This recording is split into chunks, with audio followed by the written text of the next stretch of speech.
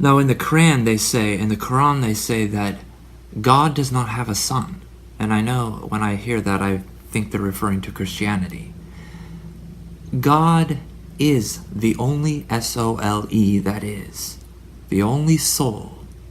S-O-U-L, however you want to spell it. He can only walk on his own soles of his own feet on his own self. For all is one. But God is the S-O-L. The soul, the son. And sons can only have sons. But all sons are one. And all is S-O-L-E, solely one thing, one son.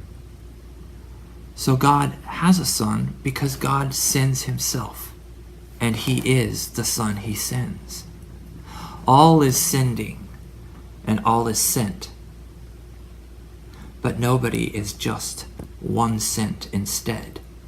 Because if all is sending, everyone is sent, and no one is sent instead. And nobody is 1/100th of a fraction of God, because God sends himself. The law sends itself and is the all. I know in the Quran they say that Jesus was Allah's messenger, which is another way to say a Messiah. He had a message. I love Islam, but I have to tell you, Allah's message was to love one another, because all is Allah. And whatsoever you do to another part of the all is all that is Allah as well. He is the slave and the master. But he loves being the slave so much because he's such a wonderful master. He's such a wonderful master, he would love to be his own slave. And he doesn't want us to hurt him. Every time you hurt another, you are hurting Allah. Now who would say, I am Allah instead? Somebody who would say, I am God instead, and imply that you are not. At that moment you say, all is the law. You are God. I am as well. And there's an EL there. I am as well. Are you saying you are God instead, Allah? For surely there is no other God but Allah. And I can only be Allah as well. Now those that know Allah know what I'm saying. Please don't turn the Quran into a reason to be a miscreant. A miscreant is one who uses the law and hurts Allah with it, stirs up dusts, causes dissension, and uses it to justify himself over others. You are not the master of Allah. Every time somebody gets hurt, that is Allah crying out. Allah said destroy his messenger or his enemies. No, he said to love them. But if you had listened, I love you, you Muslims, and most of you do understand this. You said that Jesus is Allah's messenger. Allah's messenger said, love your enemies. Do good to them. He told Peter, he said, put down the sword, Peter. Don't even chop off the ear of the centurion. God is there, and that is me. Whatsoever you've done to the least of these, you've done to me. You see, Allah's messenger knows this. I would like to say something without causing offense. So please do not be offended. I see in the world today many people making idols and not thinking they are. An idol is something you idol around, whether it is a doctrine or whether it is a dogma or whether it is an object. Now here is an idol. If you made a statue and you put it up on the wall and you pray to it, there's an idol. Because you see it. It has a form that you see and touch, a definition. But here is another idol. God is just that, and that's just that. God is also this, and let me show you my list. You see, God, I have contained you in a list. My goodness. Each one of those rules, my friend, is a rule. I honor rules, but rules don't take over the law. Have you forgotten? I am that I am, and you keep telling me what I am. I am all that is. I am so almighty I can be even the least of these and still be God. You didn't see me in them. I was around you all the time. You don't have to go too far to see the face of Allah. Look around, he's in your enemy. He's in your friends. Please do not turn the Prophet Muhammad into an idol. We draw pictures, I know this is in the news. Quran, people who love Muhammad want to follow the law of Moses. Yet we can have a picture of Moses and you're not offended by that. Since when did you call the Prophet Muhammad an idol? I don't think that's what Muhammad stood for.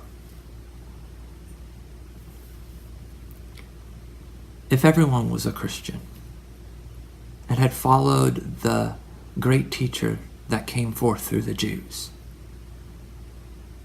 the world would be a different place 2,000 years later. All is the law. It is the pan, the P-A-N. The pan is the body. In Islam, they say they want to get out of the fire. The Mormons say the Spirit of God is like a fire burning. Is like a fire. It is a fire. It's not the same fire we see here that has flames.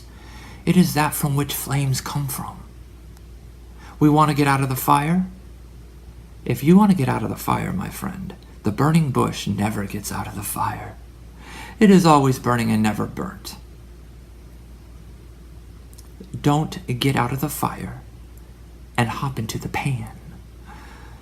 Because some people say out of the pan and into the fire. What would happen if you got out of the fire and into the pan? Some say I want to be the infinite. Do you not know the infinite is in every finite that is already? I am in the Father and the Father is in me. Why would you want to be the infinite instead? For surely then you will know all that has been done to all is the great I am. What have you done to my body? Do you want to know that was you hanging on the cross? Do you want to know that was you that you hurt? Don't be a terror. We are trying to get the terrors out. Terror is in the word terrorist. We are not here to reign in terror. That is Iblis, that is Satan. He does not want to bow. He does not follow the Tao. Please don't get the two voices confused. Let me tell you briefly about ancient Egypt. If you've ever heard about this story. Now, the Jews were in ancient Egypt, so I'm sure they heard about this at one time. I like the archetype of it. There is Ra. R-A-H-R-A, Ra, the sun god. And you notice that there is a Ra in Israel. But I won't go much more into that. No matter what they say, I still see it there. And there was Isis. Now, Isis, Ra was going from world to world. And I sometimes wonder, was that like being born again into a new estate? Where you temporarily forget you're going from world to world, his realm to his realm. And he's in the middle, and she throws a serpent in his path. She wants to know his name. And she was Isis. And Isis comes in when he's sick, when Ra is sick and dying, and she has medicine for it. But she was the one who made him sick. And then she says she'll give him the medicine if he'll give her his name. And he says, well, Ra, all is sun. And I take that sometimes as, don't you know that already? Sometimes I wonder how things creep in, even in these latter days. Isis. Ra. Wow. Israel. Is the sun God? Is it? All is soul. Now you say, all is neck and below is soul. This is from Judaism, I guess. What about the head up? Let me tell you about baptism. Some people call this the Spirit. It's above the waters. Mormons, I have to tell you, you do not have, one that has authority is not over another. Authority does not seek to dominate over another. Every single time you have baptized somebody, you have always made sure that not one hair was left out of the water. But let me tell you, the act of baptism is one thing, the baptizer and the baptized. For I will baptize you, and I'm no more higher than you. I am not a head higher, says the baptizer. You have always left one hair out, one heir, H-E-I-R, every single time, and you didn't know it. The baptizer. He is no better than that which he baptizes. And every time you have looked over the font, making sure every hair was under, and you did not see the heir of the kingdom you left out. Satan is not trying to be the heir over the waters, even though he wants to be the heir over the waters and have dominion over it and be the heir instead, H-E-I-R. We don't do that. So my friends, you have always been leaving an heir out of the water, a hair out of the water. Both are baptized. Not one is holier than the other.